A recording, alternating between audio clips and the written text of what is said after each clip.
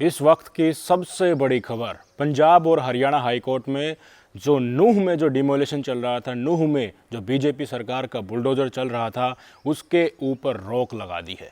पंजाब और हरियाणा हाईकोर्ट ने आज स्वायत्ता संज्ञान लिया और स्वायत्ता संज्ञान लेने के बाद तुरंत हरियाणा सरकार को नोटिस जारी कर दिया कि जब तक हम आदेश नहीं दे देते हैं, जब तक हम नहीं कहें, जब तक बुलडोज़र की कार्रवाई नहीं होगी। ऐसा प्रकरण जिस तरह से लगातार 3 दिन से नूह में डिमोलिशन हो रहा है, लगभग 300 से 350 स्ट्रक्चर गिराए जा चुके हैं, 57.5 हेक्टेयर की ज़मीन को तबाह किया जा चुका है, स्थायी और अस्थायी ढांचों को गिराया जा चुका है। किसी का छोटा सा एक दुकान थी वो भी गिरा दी गई। कोई कह रहा है कि हमें जो है नोटिस भी नहीं दिया गया था, कोई कह रहा है नोटिस मिला तो वो बैक डेट में दे दिया गया था।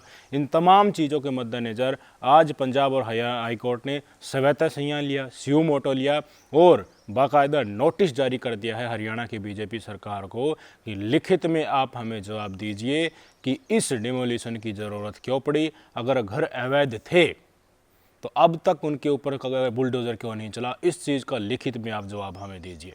इतना ही नहीं, पंजाब और हाई कोर्ट ने एक बहुत बड़ा सवाल उठाया है। जिस तरह से बिना नोटिस दिए डिमोलिशन किया जा रहा है, उनके ऊपर लोग कह रहे हैं कि हमारे पास तो रजिस्ट्री भी थी, हमने दुकान रेंट पे ली, उस समय पर हमने रैंक एग्रीमेंट बनवाया था, हमें नोटिस तुरंत थमा दिया जा रहा है बैक डेट वाला, और नोटिस दिया भी नहीं जा रहा है। तुरंत आ जा रहे हैं तोड़ने के लिए, 5 मिनट पहले बोल रहे हैं, और सामान भी नहीं, घर से नहीं निकालने दे रहे, दुकानों से नहीं निकालने दे रहे। लाखों का नुकसान हो रहा है, पूरा परिवार ही बर्बाद हो जाता है। आज बताइए आप, इस महंगाई के दौर में अगर किसी ने एक दुकान के सहारे उस परिवार का पालन पोषण हो रखा है, किसी ने खोखा रख रखा है रोड साइड में, उसको डिस्ट्रॉय कर दिया जाता है, सारा सामान उसके अंदर उसका टूट जाता है, तो क्या बचेगा? दोबारा व्यवसाय बढ़ाने की, दोबारा ऐसा का ऐसा सेटअप बनाने की आज के दिन गरीब और मिडिल क्लास व्यक्ति की हिम्मत रहती है? मैंने ब्याज पे पैसा लेके नहीं, मैंने एक खोखा मोल खरीदा था और मेरे पास आज कोई धंधा नहीं। मेरे 12-10 आदमी का परिवार है जी, मैं उनका पेट कहाँ से भर रहा हूँ मेरे को पता है जी। मैं क्या कर रहा हूँ जी, इसमें से मैं 100-200 रुपये ले जाता हूँ, 300-400 रुपये ले जाता हूँ, मैं उनका पेट भर रहा हूँ। मेरे को टाइम दे देते तो जी मैं अपने खोखा को कहीं भी ले जाता उठा के, किसी को रोड साइड दुकानें कौन करता है? वही करता होगा ना, मिडिल क्लास करता होगा। जो बड़े बड़े उद्योगपति हैं वो तो कहीं और ही सेटअप करते हैं अपना। तो इस पर भी पंजाब और हरियाणा हाईकोर्ट ने बड़ा ही खींचकर थप्पड़ बीजेपी की हरियाणा सरकार को जड़ा है और स्पष्ट तौर पर कहा कि क्या अमीरों की कॉलोनी में भी आप बिना नोटिस दिए बुलडोज़र की कार्रवाई कर सकते हैं? बहुत सारी मार्मिक तस्वीरें निकलकर सामने आ रही हैं साथियों। गरीब लोग रो रहे हैं। कूड़े बिनने वाले, जो हम बोतलों की पानी पीकर, कोल्ड ड्रिंक्स पीकर फेंक देते हैं, वो बोतल बिनने वाले, उनके आशियानों को उजाड़ा जा रहा है, किसी का छप्पर उजाड़ा जा रहा है, झोपड़ी उजाड़ी जा रही है। किसी को तो कोई ना टाल सके। चुप रहो बेटा,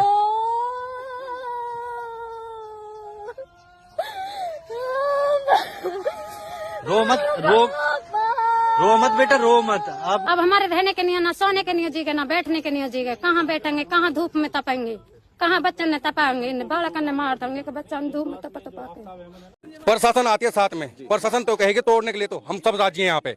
जो यहाँ के आम जनता आ रही है ना तोड़वाने के लिए, ये गलत हो रहा है बिल्कुल। जनता कौन आ रही है? आम जनता काफी लोग आ रहे हैं। मैं बताता हूँ ये गंदा है, मैं बताता हूँ आपको। एक बड़ा आरोप देख लेंगे, ये कहने का इसको ढंग से तोड़, उनका कोई हक नहीं है तोड़ने का। आज मुझसे कह सकते हैं, आज से 10 दिन पहले भी कह सकते थे। ये 31 तारीख के बाद सारा मामला सामने आया बिल्कुल।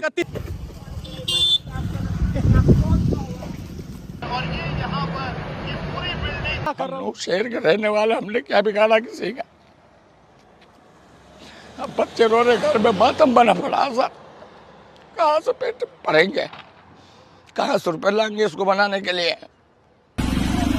नया बनाया था आपने, क्या किया था?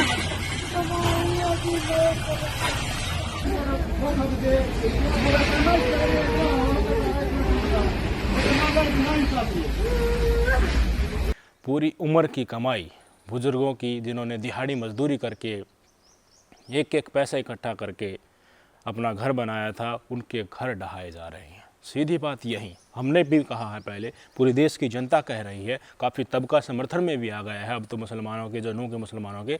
सवाल यही है कि अगर अवैध थे तब तक क्यों नहीं तोड़े, और अगर दंगों के बाद ही, पत्थरबाजी के बाद ही अगर इस तरह का हिंदू मुस्लिम का माहौल गर्म होता है, उसके बाद तुम्हें मुसलमानों के घर ही गिराने हैं, तो इसका जस्टिफिकेशन आप कैसे देंगे?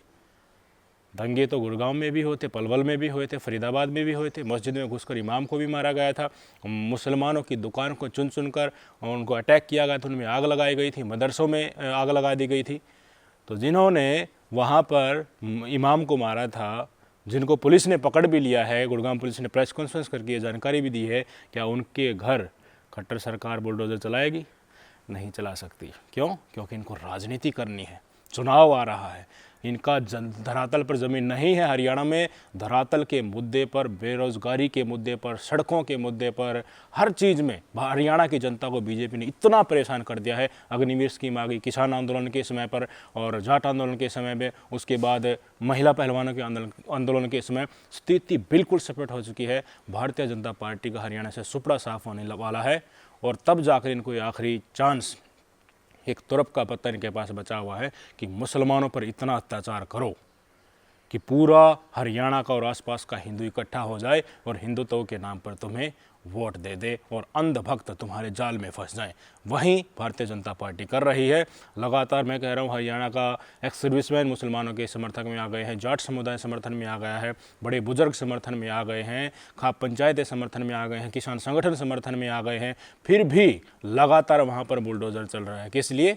जो RSS और बजरंग दल वाले हैं ना, विश्व हिंदू परिषद वाले हैं, और जो मंदिरों से जिनका रोजगार चलता है, भारतीय जनता पार्टी की नीतियों के कारण जिनका काला धंधा चलता है, जो गोरक्षा के नाम पर जो अपना काला कमाई जो करते हैं, मोनू मानेसर के ऊपर जिस तरह से इल्ज़ाम लग रहे हैं कि वो 20-20 हज़ार में, 30-30 हज़ार में, 1 लाख रुपए में जो गाय की गाड़ियाँ होती हैं उनको निकल देता है, कोई रिश्वत देता है तो नहीं देता है तो फिर उनको मार डालते हैं। ये तमाम लोग छटपटा रहे हैं कि अगर हमारी सरकार चलेगी तो होगा क्या। इसलिए दंगे कराओ, मुसलमानों को बेशक से मरने दो, बुलडोज़र चलाने दो, उस बुलडोज़र के आगे गरीब आ जाए, बच्चे आ जाए, कोई मजबूर आ जाए, बुज़ुर्ग आ जाए, कोई फिक्र मत करो, बस हिंदुओं को खुश करना है, तभी कुर्सी आ पाएगी।